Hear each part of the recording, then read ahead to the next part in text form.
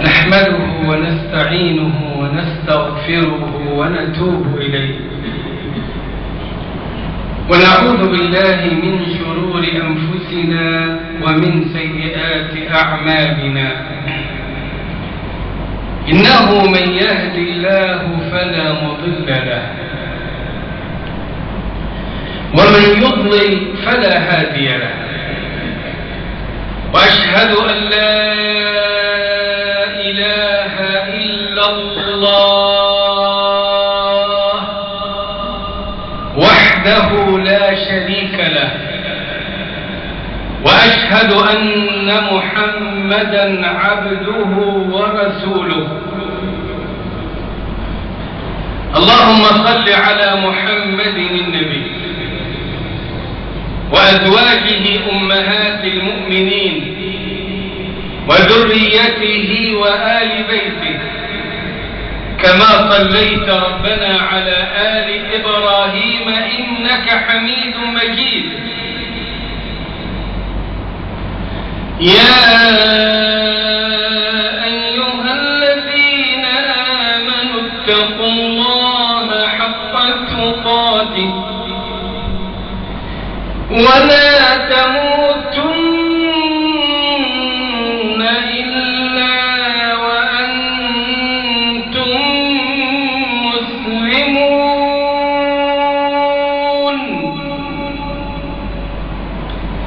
يا أيها الناس اتقوا ربكم الذي خلقكم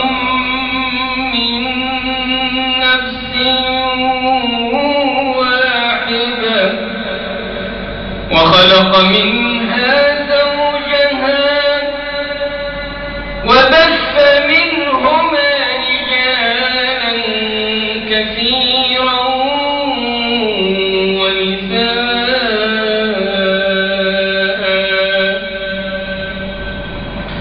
واتقوا الله الذي تساءلون به والأرحام، إن الله كان عليكم رقيبا.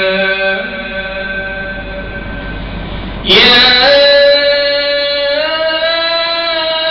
أيها الذين آمنوا اتقوا الله وقولوا قولا سديدا يصلح لكم أعمالكم ويغفر لكم ذنوبكم، ومن يطع الله ورسوله فقد فاز.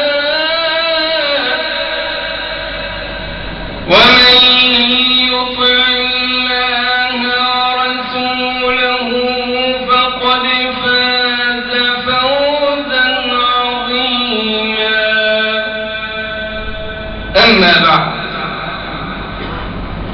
فإن أصدق الحديث كتاب الله، وخير الهدي هدي محمد صلى الله عليه وآله وسلم، وشر الأمور محدثاتها، فكل محدثة بدعة وكل بدعة ضلالة وكل ضلالة في النار.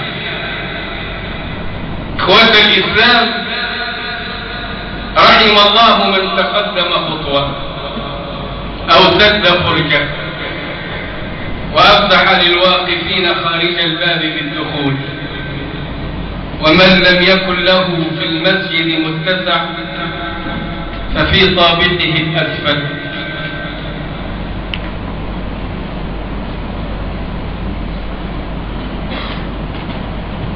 إخوة الإسلام، فإن أصدق الحديث كتاب الله، وخير الهدي هدي محمد صلى الله عليه وسلم، هذا دين، هذا منهاج، هذا علاج. فمنهاج النبوة خير منهاج. ديننا عظيم، لكن كيف هو في واقعنا؟ بالعودة لهذا الدين تعز الأمة وتنتصر على عدوها وتنال مجدها المفقود ويرجع إليها عزها المسلوب بالدين لا بالدنيا. فإن الدنيا لأهلها، وإن كان ديننا لا يحرم علينا الدنيا، فليست الدنيا في الإسلام معسكرا مضادا للدين، بل أعظم أدعية القرآن ربنا آتنا في الدنيا حسنة وفي الآخرة حسنة وقنا عذاب النار. ولما كان هذا الدعاء أعظم أدعية القرآن، كان النبي صلى الله عليه وسلم يختم به كل شوط من أشواطه في الطواف حول الكعبة حاجا أو معتمرا. وما أكثر ما دعا به في السعي بين الصفا والمروة. لكن دنيا بغير دين واقع مرير،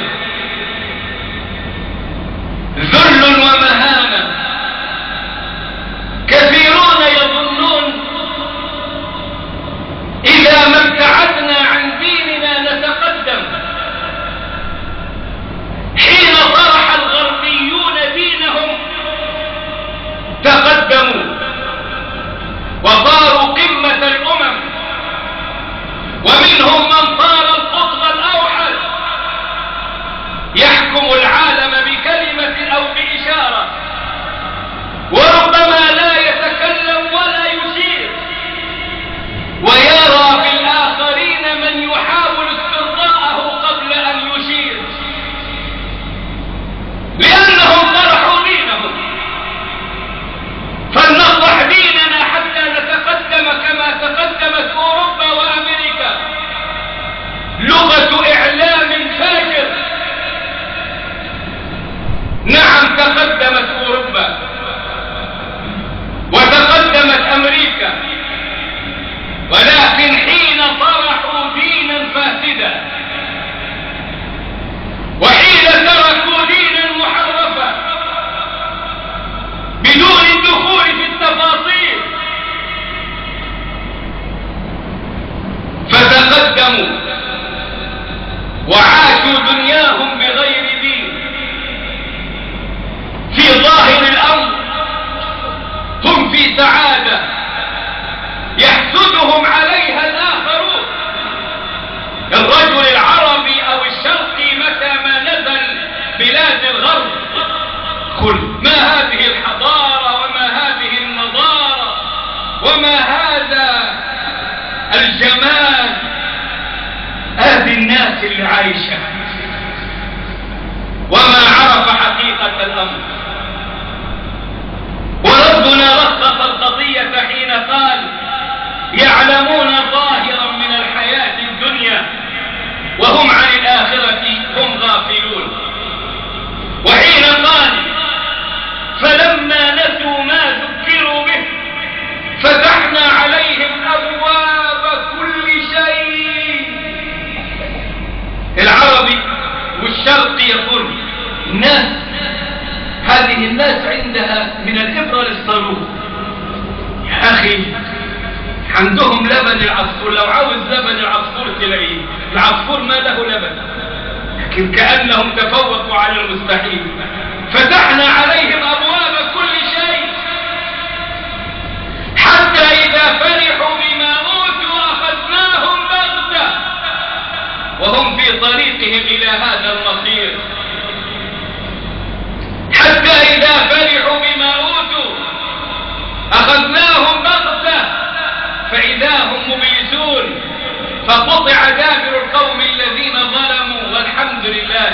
العالمين.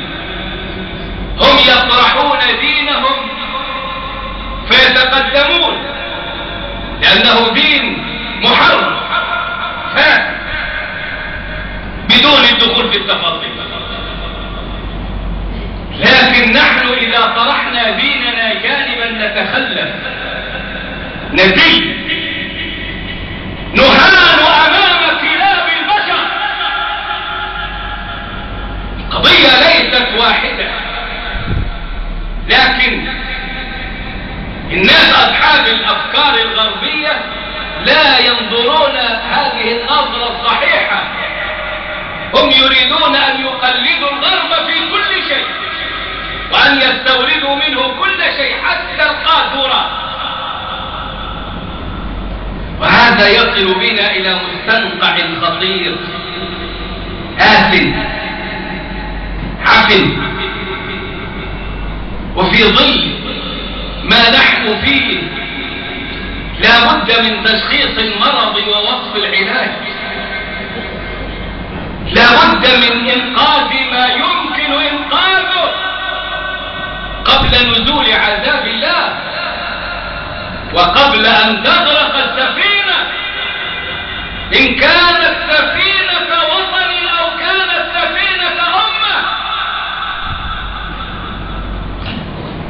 وها نحن في أيام كريمة مباركة. اليوم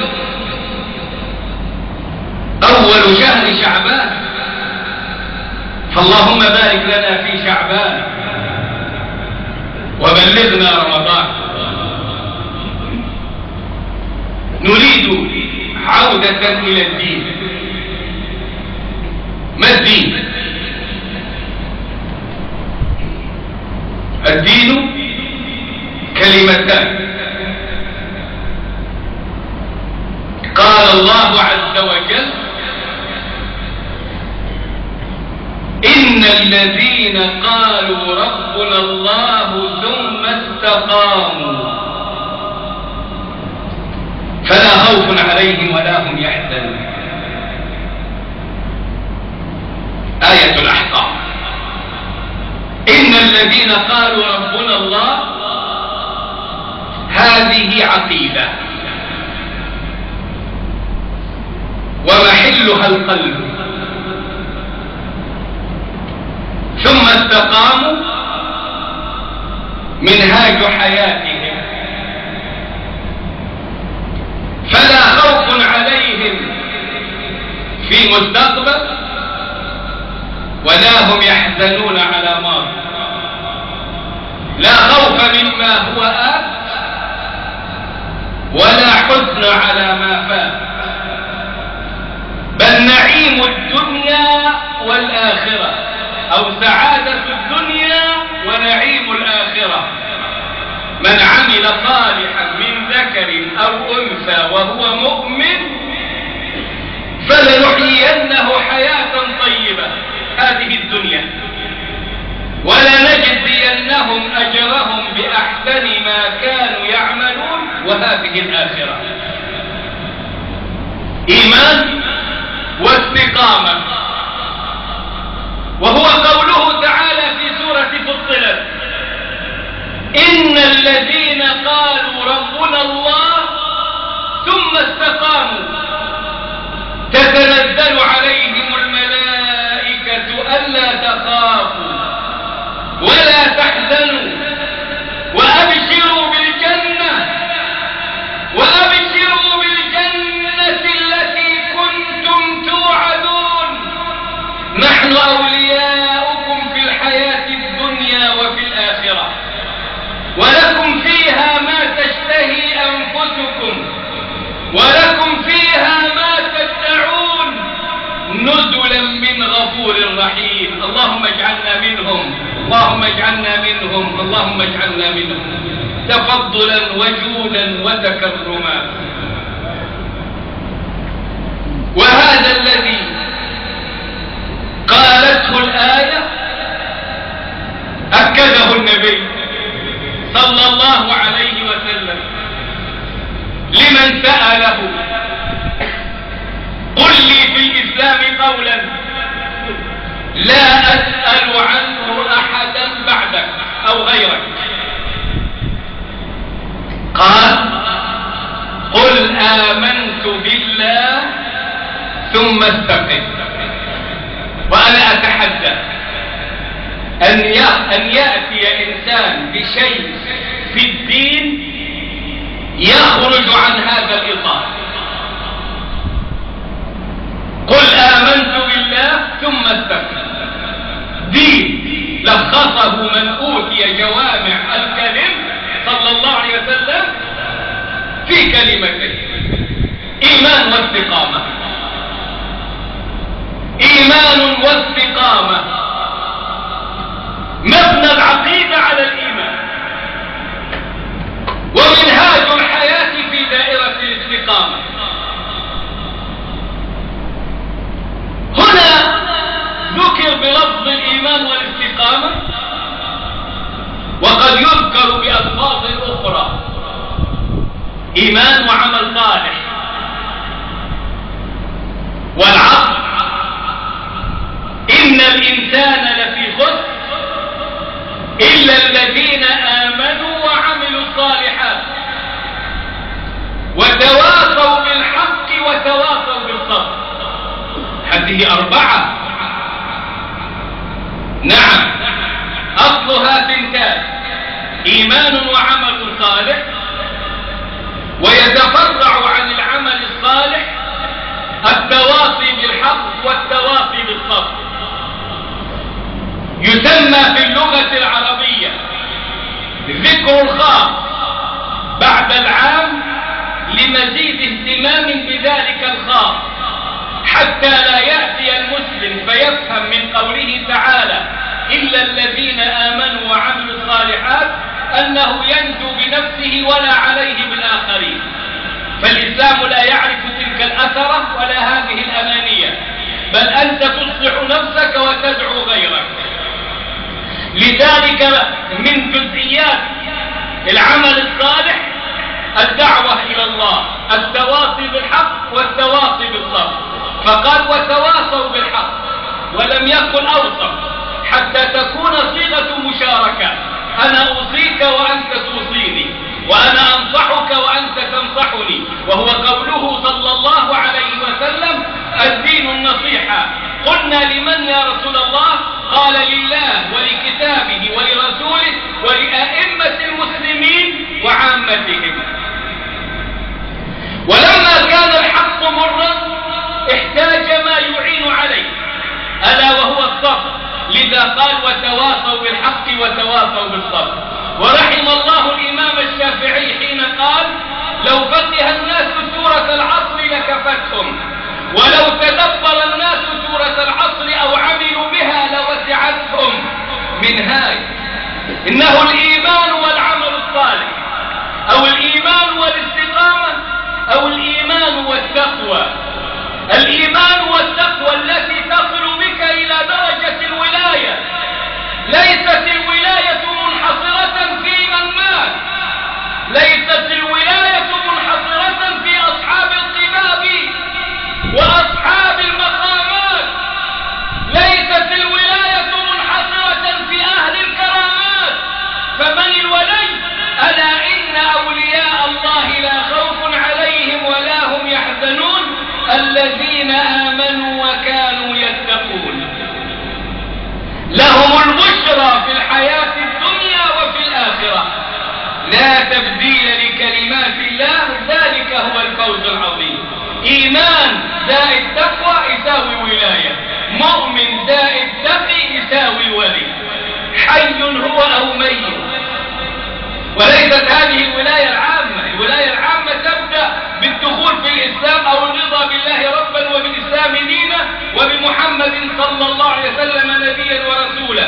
وهو قوله تعالى في سورة البقرة: الله ولي الذين آمنوا يخرجهم من الظلمات إلى النور والذين كفروا أولياؤهم الطاغوت يخرجونهم من النور إلى الظلمات أولئك أصحاب النار هم فيها خالدون. لكن إيمان وتقوى يساوي ولاية خاصة كدرجة الإيمان الراقية.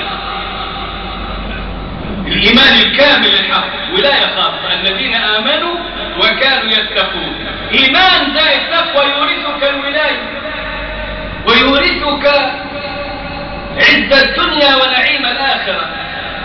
الناس الآن يعانون من الغلاء، يعانون من البلاء، يعانون من الفقر، يعانون من الضنك.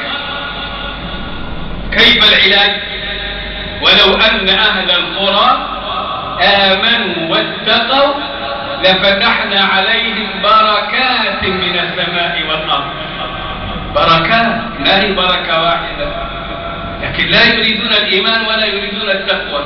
من أين تأتي البركات؟ من أين نتقدم؟ لماذا لا يكون القحط والضنك؟ هل هناك من الإعلاميين من يمكن أن يفهم هذه اللغة أو ينصح الناس بها؟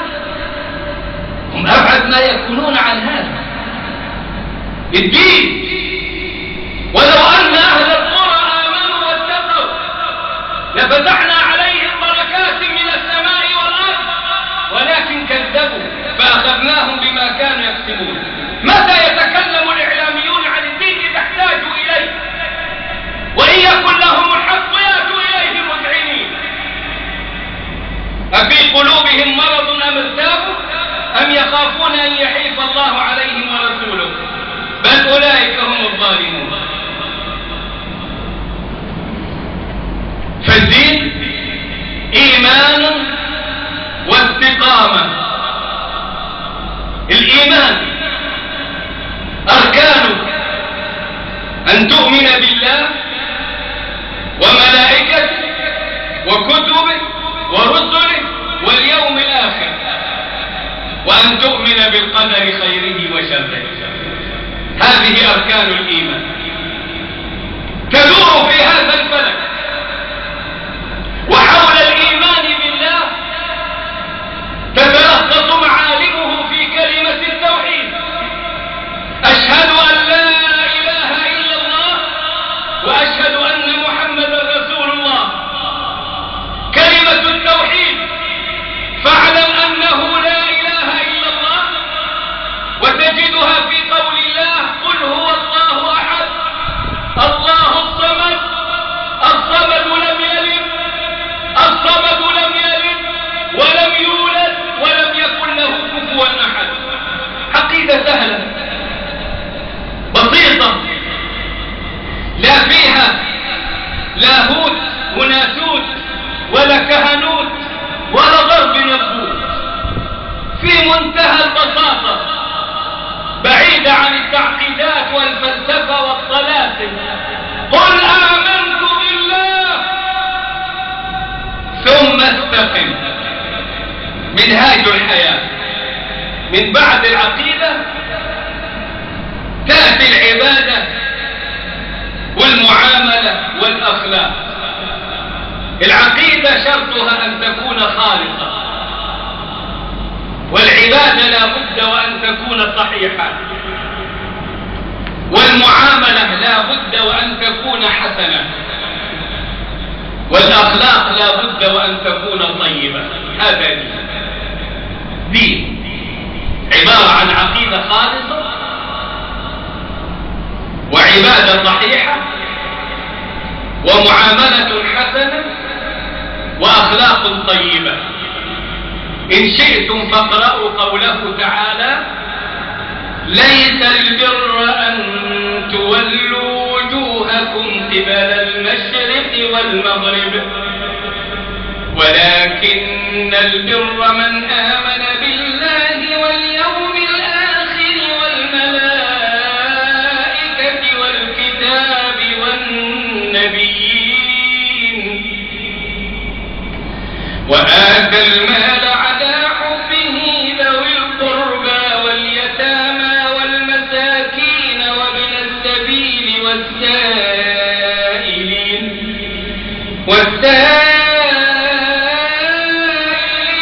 وفي الرقاب وأقام الصلاة وآتى الزكاة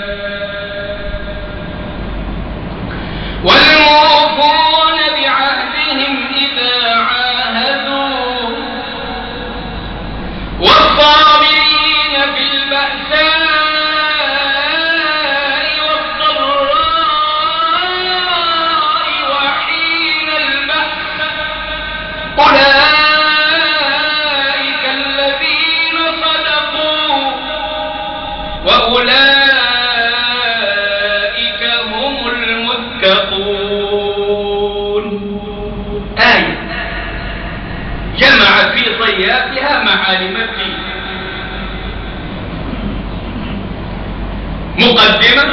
يقول ليس البر أن تولوا وجوهكم قبل المشرق والمغرب، لا شرقية ولا غربية، لا شرق ولا غرب، لا رايات ولا اتجاهات ولا عصبيات ولا حميات جاهليات. إنما الدين حقيقة وجوهر ومضمون، مضمونه وجوهره. ولكن البر عقيدة خالصة، من آمن بالله واليوم الآخر والملائكة والكتاب والنبي، وعبادة صحيحة، وآتى المال على حبه ذوي القربى واليتامى والمساكين وابن السبيل والسائلين وفي الرقاب، وأقام الصلاة وآتى الزكاة، ومعاملة حسنة، والموفون بعهدهم إذا عاهدوا، وأخلاق طيبة، والصابرين في البأساء والضراء وحين البأس. النتيجة والخاتمة أولئك الذين صدقوا، هذا هو الإيمان الصادق وليس الكذب ولا النفاق، وأولئك هم المتقون.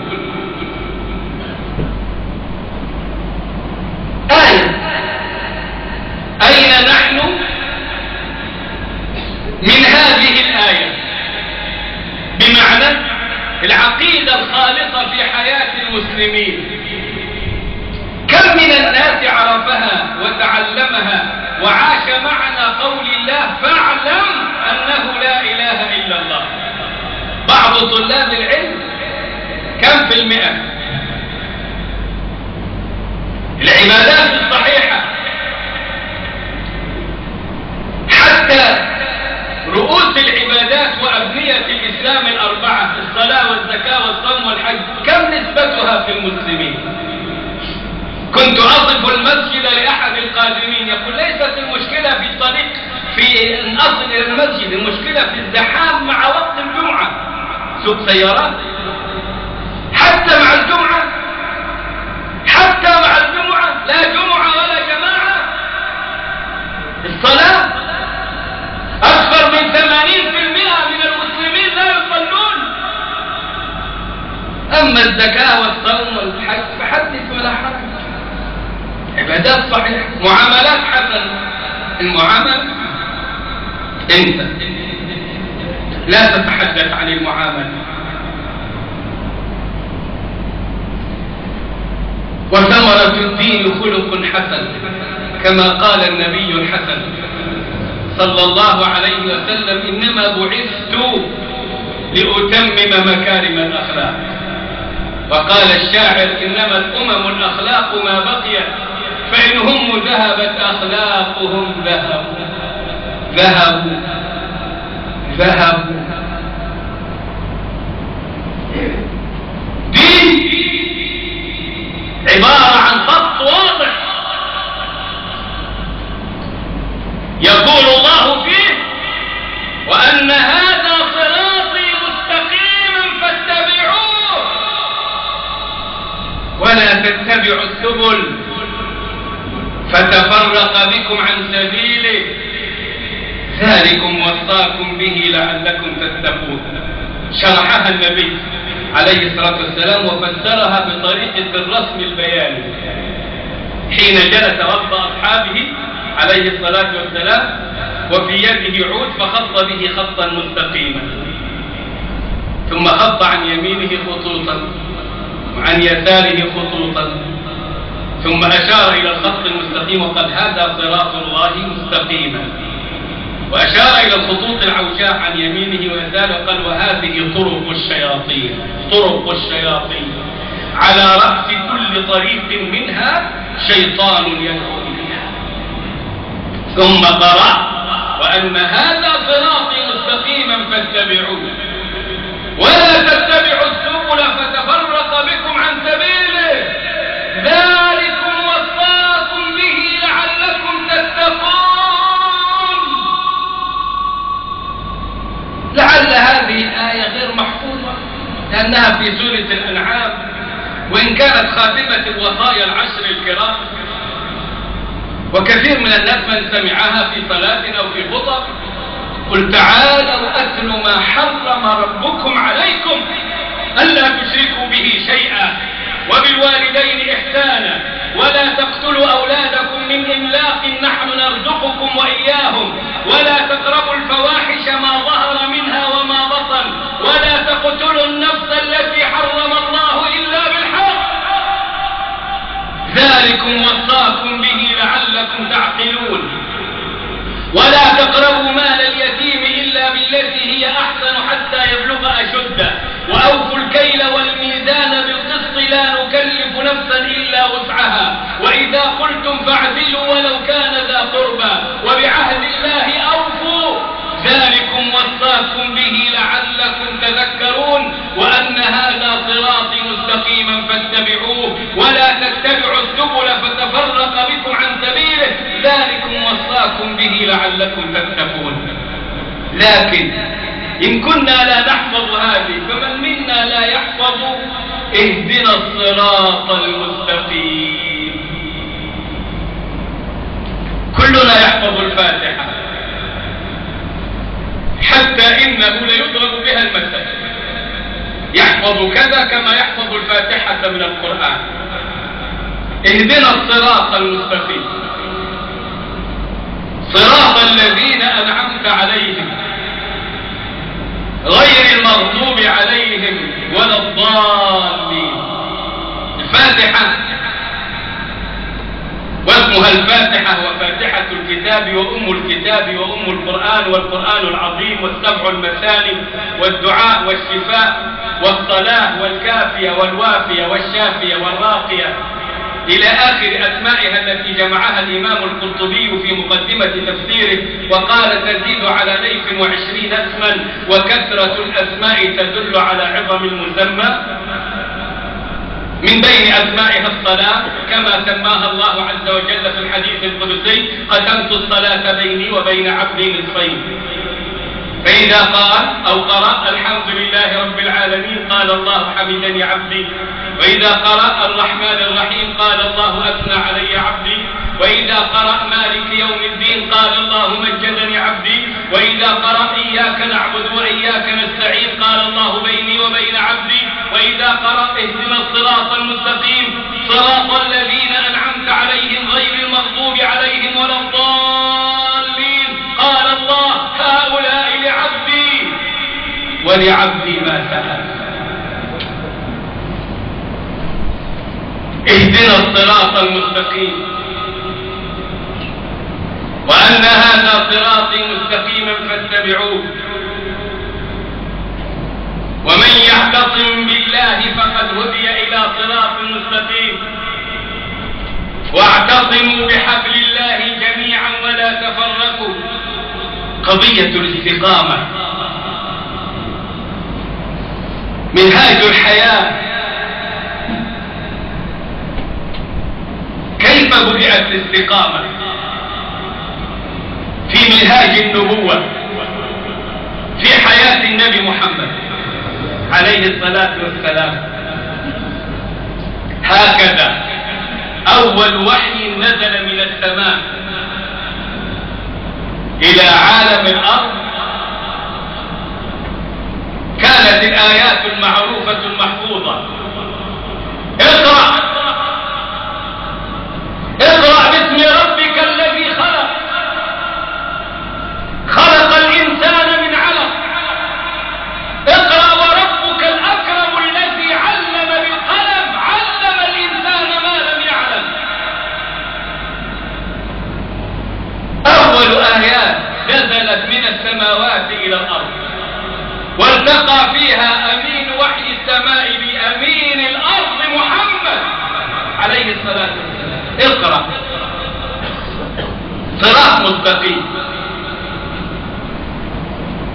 أمة اقرأ هل تقرأ أم كما قيل أمة اقرأ لا تقرأ أو كما قالها يهودي العرب لا يقرؤون وإن قرأوا لا يفهمون وإن فهموا لا يعملون وأخذ سلسلة مطولة قاتله الله أن لا يؤخذ. هل كان هذا استقصاء واستبيان منه ومعرفة للواقع المليء؟ أمة اقرأ لا تقرأ لا تطلب علما كيف؟ اقرأ، وليست أي قراءة، لا قراءة صحف ولا قراءة إعلام ولا قراءة فساد ولا أفكار منحرفة. اقرأ باسم ربك الذي خلق الإنسان من علق. قضية علمية بحتة، قضية طبية، قضية مرتبطة بالعلوم الدنيوية. سبحان الله، أول آيات فيها طب، خلق الإنسان من علق، والعلق مرحلة من مراحل خلق الإنسان. ولقد خلقنا الإنسان من سلالة من طين ثم جعلناه نطفة في قرار مكين ثم خلقنا النطفة علقة فخلقنا العلقة مضغة فخلقنا المضغة عظاما فكسونا العظام لحما ثم أنشأناه خلقا آخر فتبارك الله أحسن الخالقين. قضية طبية بحتة إيمانية. وهنا قال خلق الإنسان من علق ولم يقل من علقة، لأن العلقة تأخذ شكل دودة العلق وتتعلق بجدار الرحم وتتغذى على دم الطمس الذي هو الحيض كما تفعل دودة العلق. إعجاز علمي في القرآن في أول آيات تنزل وفيها دعوة للقراءة والعلم. وفي الطب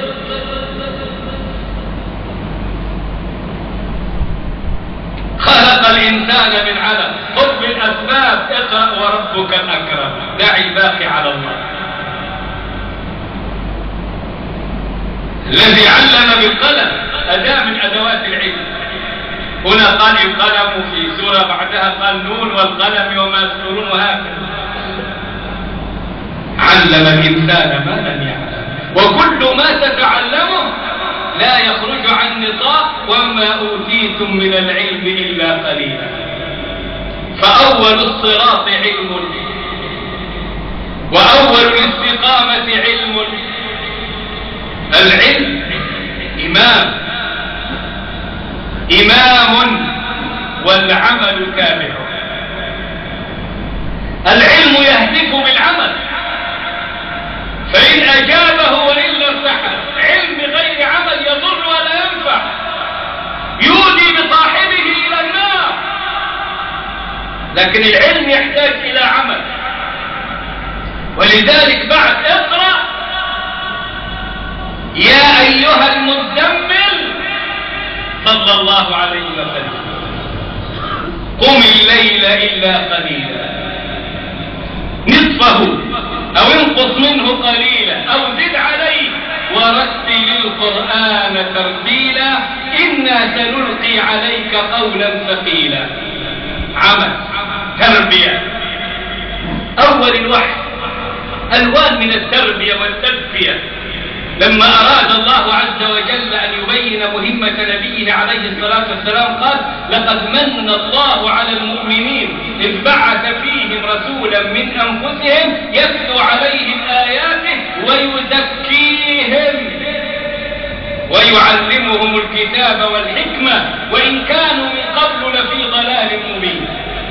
تزكية، تربية، تهذيب، تطهير، تنقية، تصفية، تخلية، تحلية. تربية محمد صلى الله عليه وسلم لأصحابه فكانوا خيرة خلق الله بعد الأنبياء والرسل. علم وعمل حتى لا ينحصر الخير فيك. بعد العلم والعمل يجيء مقام الدعوة. يا أيها المدثر قم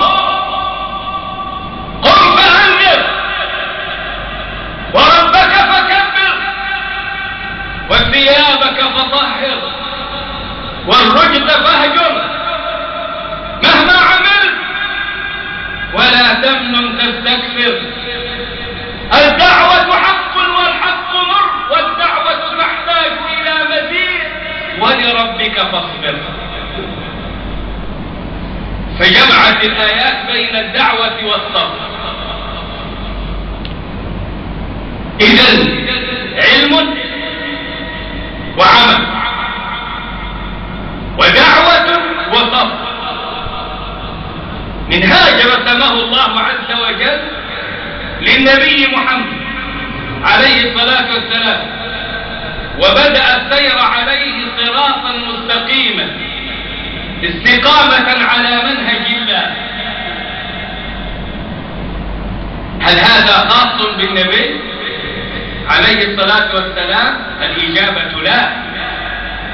قل هذه سبيلي أدعو إلى الله على بصيرة أنا ومن اتبعني وسبحان الله وما أنا من المشركين. فمن أراد أن يكون من أتباع النبي محمد صلى الله عليه وسلم فهذا منهاجه وذاك طريق استقامته، علم وعمل ودعوة وصبر وتحمل.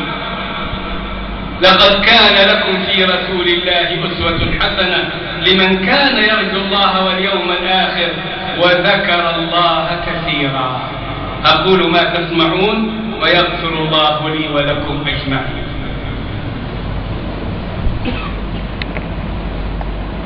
الحمد لله رب العالمين، والعاقبة للمتقين ولا عدوان إلا على الظالمين، وأشهد أن لا إله إلا الله الملك الحق المبين، وأشهد أن سيدنا وأستاذنا وحبيبنا محمدا عبد الله ورسوله الصادق الوعد الأمين. اللهم صل وسلم وبارك عليه وعلى آله وصحبه الطيبين الطاهرين الغر الميامين ومن تبعهم بإحسان إلى يوم الدين. أما بعد، فيا إخوة الإسلام، قل آمنت بالله ثم استقم. منهاجك في الحياة داعيا ربك اهدنا الصراط المستقيم، دلنا عليه ووفقنا له وثبتنا عليه حتى نلقاك، فإن الثبات على الإيمان حتى الممات أمنية غالية، سيما في زمن الفتن. في زمن قال عنه النبي صلى الله عليه وسلم إنها ستكون فتن كقطع الليل المظلم، يصبح الرجل مؤمنا ويمسي كافرا، ويمسي مؤمنا ويصبح كافرا، يبيع دينه بعرض من الدنيا.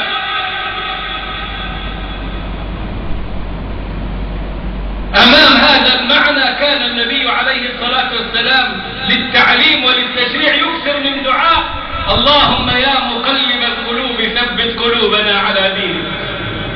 فتقول له عائشة رضي الله عنها الصديقة بنت الصديق حبيبة رسول الله صلى الله عليه وسلم المبرأة من فوق 7 سماوات: ما أكثر ما تدعو بهذا الدعاء يا رسول الله. لا يا عائشة، إن القلوب بين إصبعين من أصابع الرحمن يقلبها كيف يشاء. لو قال إن قلب العبد بين إصبعين من أصابع الرحمن يقلبه كيف يشاء، إن شاء ثبته وإن شاء أزاغه. فاللهم يا مقلب القلوب ثبت قلوبنا على دينك، اهدنا الصراط المستقيم، صراط الذين أنعمت عليهم، من أهل الإيمان وأهل الاستقامة. بتفسير القرآن: ومن يطع الله والرسول فأولئك مع الذين أنعم الله عليهم من النبيين والصديقين والشهداء والصالحين. من النبيين والصديقين والشهداء والصالحين وحسن أولئك رفيقا. ذلك الفضل من الله،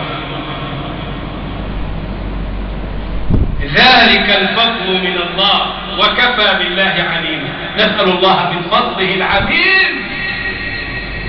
إذا أنعمت عليهم النبيون الصديقون الشهداء الصالحون، جعلنا الله معهم وحشرنا معهم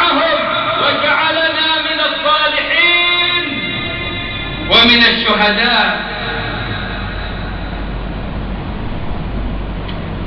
أما الصديقون فقد مضوا، أنعمت عليهم من النبيين والصديقين والشهداء والصالحين غير المغضوب عليهم من؟ قوم علموا ولم يعملوا بما علموا. وهم في الأمم السابقة، وجاء في هذه الأمة من تبع سننهم حدوى القزة بالقزة والنعل بالنعل، حتى لما دخلوا جحر ضب خرب دخلوه أو سبقوهم إليه بعلم كان يمكن أن يورثهم عز الدنيا ونعيم الآخرة، لكن أبوا إلا التدني، أبوا إلا الأرض والدنيا والحقارة، فكان مثالهم كما قال الله: مثل الذين حملوا التوراة ثم لم يحملوها كمثل الحمار يحمل أسفارا، بئس مثل القوم الذين كذبوا بآيات الله والله لا يهدي القوم الظالمين. كمثل الحمار يحمل أسفار، الأسفار مراد بها كتب العلم النافعة، لكن لا يفهم، لم ينتفع بها. وأشد من هذا المثل: واتل عليه النبأ الذي آتيناه آياتنا فانسلخ منها فأتبعه الشيطان فكان من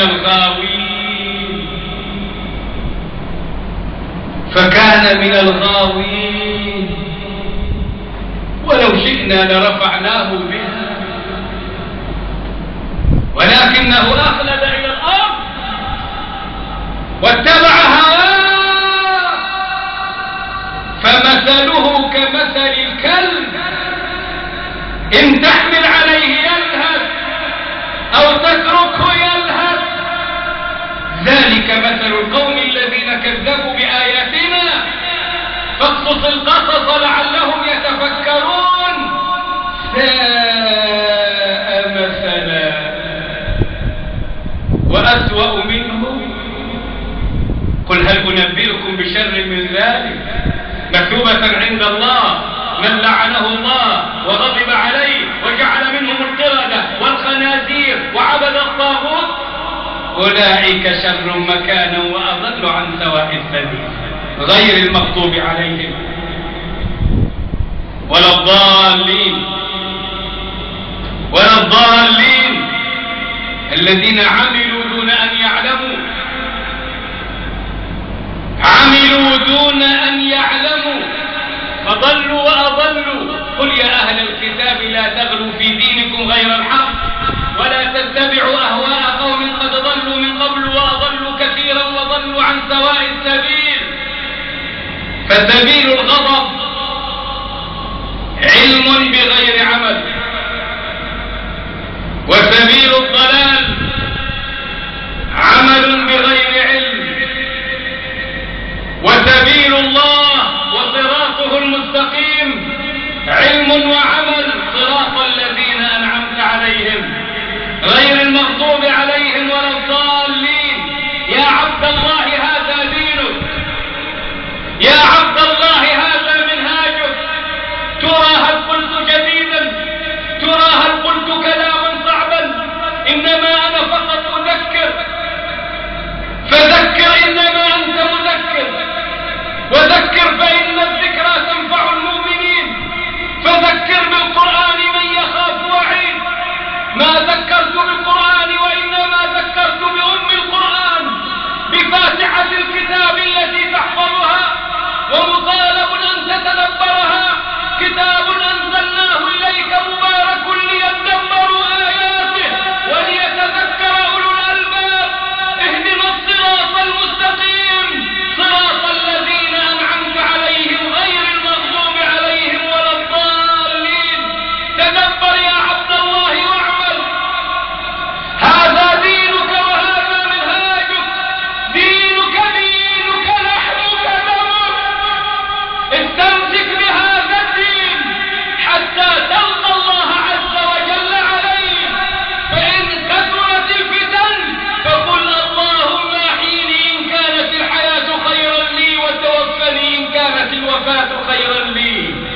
فيا عبد الله ليس لها من دون الله كاشفة ولا ملجأ ولا منجا من الله إلا إليه.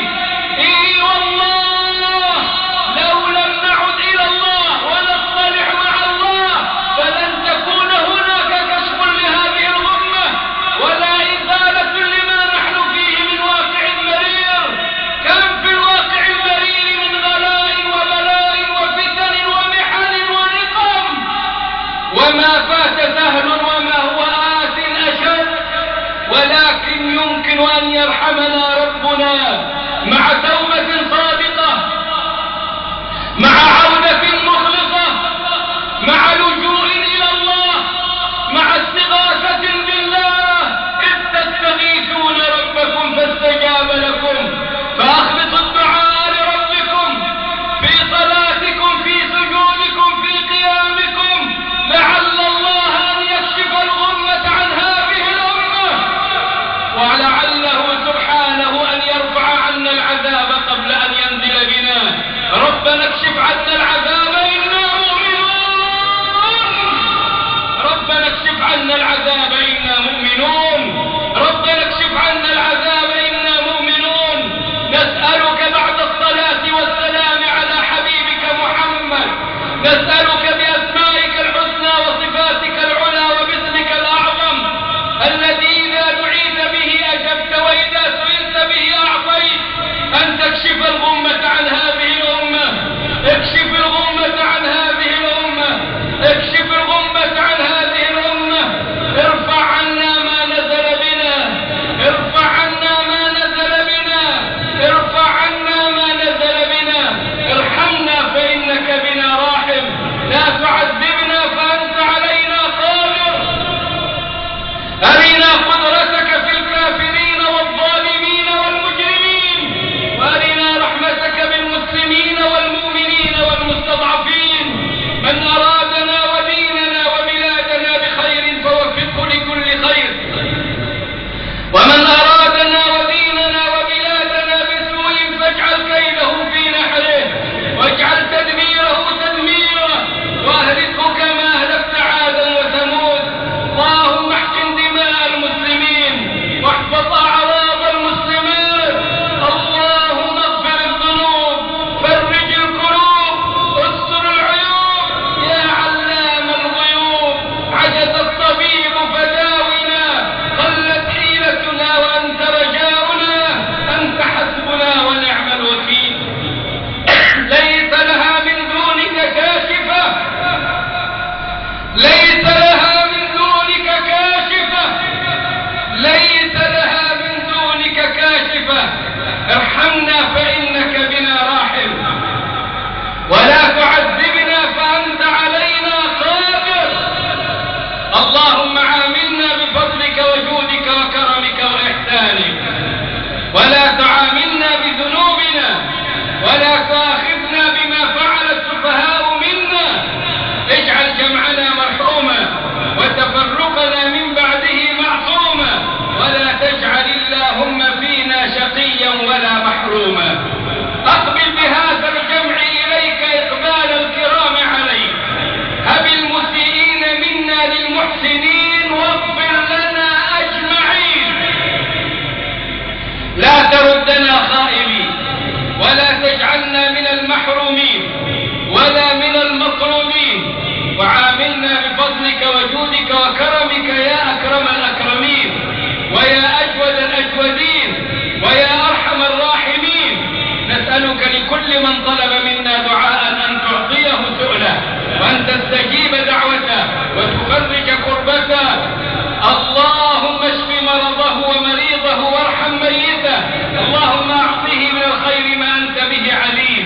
اللهم نفس عنه الهم والغم والكرب العظيم. أنت حسبنا ونعم الوكيل. ربنا آتنا في الدنيا حسنة وفي الآخرة حسنة وقنا عذاب النار، وأدخلنا الجنة مع الأبرار بفضلك وجودك وكرمك يا عزيز يا غفار. لا إله إلا أنت سبحانك إنا كنا من الظالمين. الحمد لله رب العالمين. صل اللهم وسلم وبارك على سيدنا محمد وآله وصحبه أجمعين. فستذكرون ما أقول لكم وأفوض أمري إلى الله إن الله بصير بالعباد. يغفر الله لي ولكم. أقم الصلاة.